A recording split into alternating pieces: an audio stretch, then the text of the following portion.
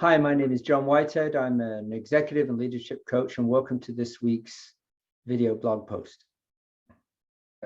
A few weeks ago, I produced a couple of videos talking about DEI, diversity, equity, and inclusion. And I added onto the end J for justice as a basic human right, that everybody should have access and feel inclusive. I was at a conference last week and I heard a speaker, actually it was a panel discussion on accessibility.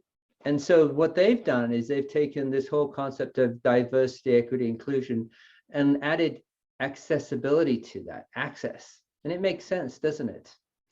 This was in the context of venues such as stadiums, arenas, theaters, and the ability for people to have access to them.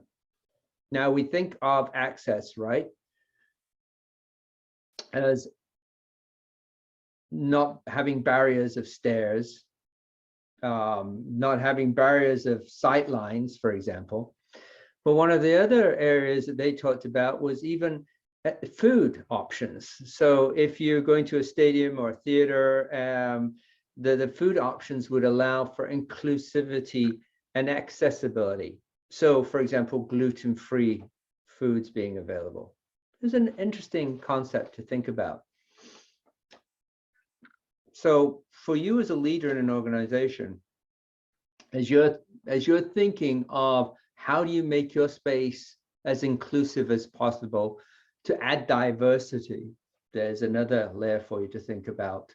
If you have a kitchen area, if you even have a cafeteria in your space, or you provide some sort of food services, or you maybe on a Friday afternoon you order in pizzas or something like that, are you being aware of the needs of your staff to help them feel inclusive?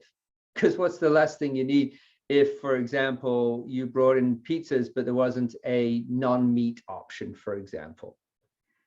Something to think about. Another addition to this whole idea. So thank you for watching again this week. And again, sign up for my blogs. And if you haven't signed up to receive my weekly blog posts, go ahead and do so. And I'll send you a copy of my book, What Are These Things Called Soft Skills? Thanks very much. Talk to you soon.